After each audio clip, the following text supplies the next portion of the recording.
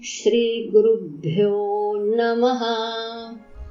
हरि ओम। हरि ओम। एकादशी सत्संग में आप सभी भक्तजनों का स्वागत है। आज सावन महीने के शुक्ल पक्ष की एकादशी है, जिसको पुत्रदा एकादशी भी कहते हैं। अपने धर्म में सभी एकादशी का महत्व है। यह पुत्रदा एकादशी, जैसा कि उसका नाम है, अपनी संतान के सुख, स्वास्थ्य, सफलता से जुड़ी हुई है। एक गृहस्थ का अपने कुल की परंपरा को आगे बढ़ाना यह कर्तव्य होता है, जो कि स्वस्थ, संस्कारी और सबके लिए आशीर्वाद बने। यद्यपि इसका नाम पुत्रदा एकादशी है, किंतु इसमें आशय पुत्र और पुत्री दोनों से है। पुत्र हो या पुत्री, दोनों का अपना महत्व होता है। पुत्र अपने परिवार के विशेष संस्कार, मूल्य और कुल के विस्तार के लिए हेतु बनते हैं। वही वृद्धावस्था तक अपने माता पिता की सेवा करता है, समाज में अपना योगदान देता है। और पुत्री जो अपने माता पिता के संस्कार, मूल्य, धर्म, इन सब का अन्य परिवार में विस्तार का कारण बनती है। जिस घर में भी वह शादी होकर जाती है, वहां पर अपने सुंदर संस्कार से युक्त होकर अपनी गृहस्थी को सफल बनाती है। इसलिए पुत्र हो या पुत्री, दोनों का महत्व है। पुत्र आपके कुल में आपकी सेवा करेगा और पुत्री अपने घर में आपके संस्कारों की सुगंध बिखराएगी। यह संतान धर्मनिष्ठ, संस्कारी, स्वस्थ, सेवाभावी हो, जो अपने कुल की परंपरा आगे चलाए, अपने वृद्ध माता पिता की सेवा करे, इसी के लिए उनका जीवन समर्पित हो। गृहस्थाश्रम का यही मूल प्रयोजन होता है कि आगे कुल की संतति बढ़े। जिनकी संतान अच्छा इंसान बनती है, ये माता पिता के लालन पोषण, तपस्या, सेवा, ज्ञान, मार्गदर्शन, इन सब चीजों का पर्यवसान होता है। अर्थात इसी से माता पिता अपने आप को धन्य समझते हैं। आइए अब हम इसी एकादशी के बारे में दो भागों में चर्चा करेंगे। पहले चरण में चर्चा करेंगे कि नवविवाहित दंपति के संतान उत्पत्ति के पूर्व क्या धर्म और कर्तव्य होते हैं, ये जानेंगे।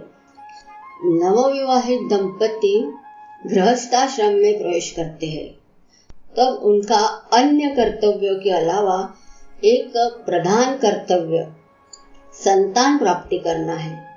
कोई भी कर्म के पहले स्पष्ट संकल्प की बहुत महिमा होती है।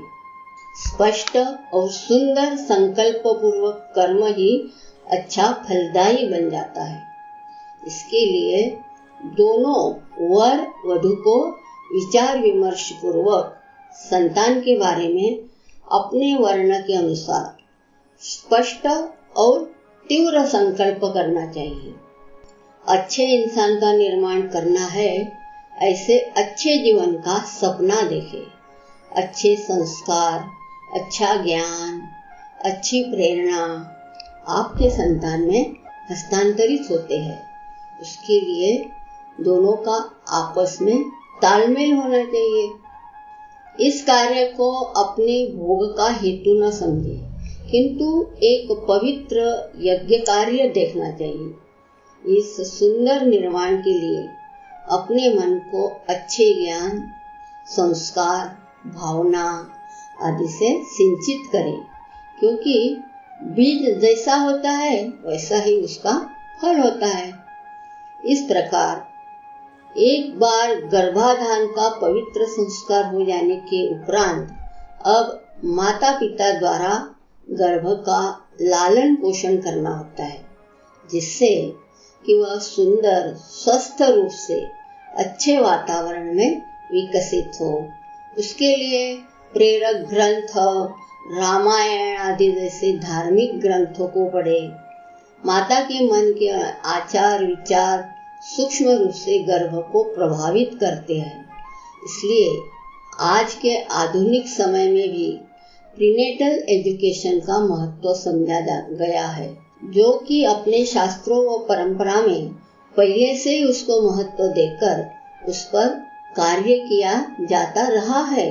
माता के साथ साथ पूरे परिवार की भी जिम्मेदारी होती है कि वह गर्भवती को स्वस्थ और प्रसन्न रखने के लिए बाहर सुंदर सात्विक वातावरण प्रदान करे, जो गर्भ में पल रहे शिशु के ऊपर सूक्ष्म रूप से प्रभाव डालता है। इस प्रकार व्यक्ति को अपने पुरुषार्थ धर्म का पालन करने के बाद भगवान से अंततः प्रार्थना करनी चाहिए।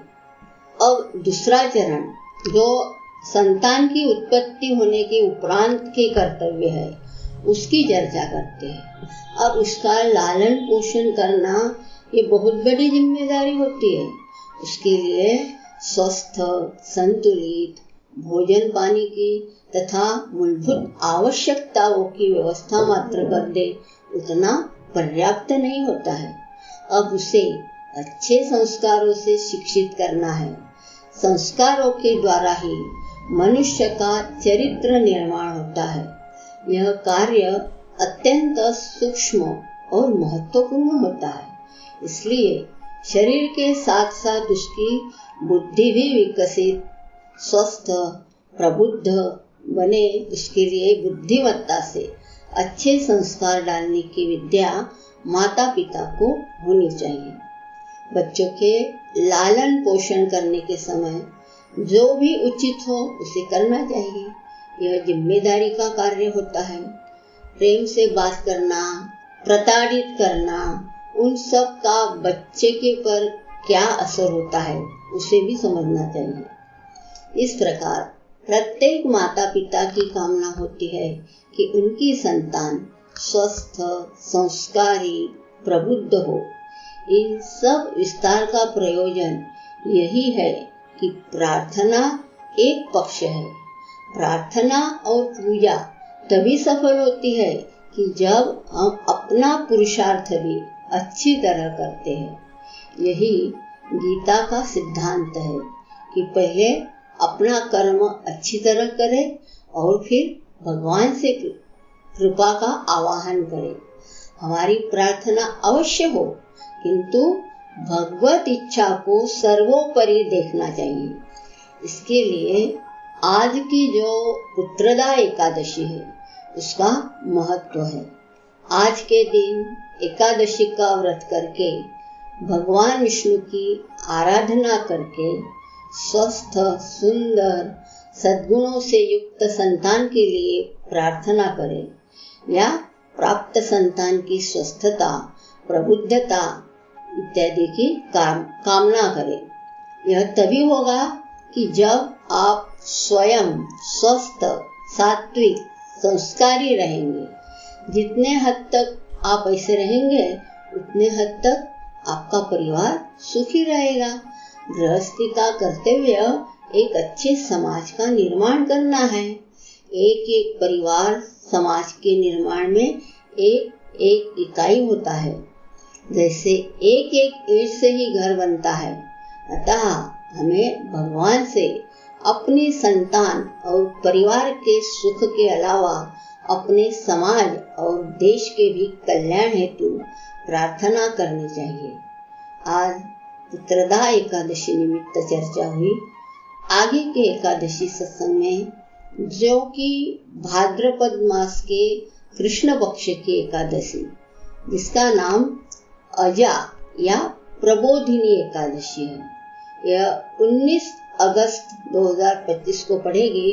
उस दिन इसके संदर्भ में आप लोगों से इसी प्रकार कुछ नई चर्चा करेंगे। तो बोलो लक्ष्मी नारायण भगवान की जय हो। ओम तत्सत।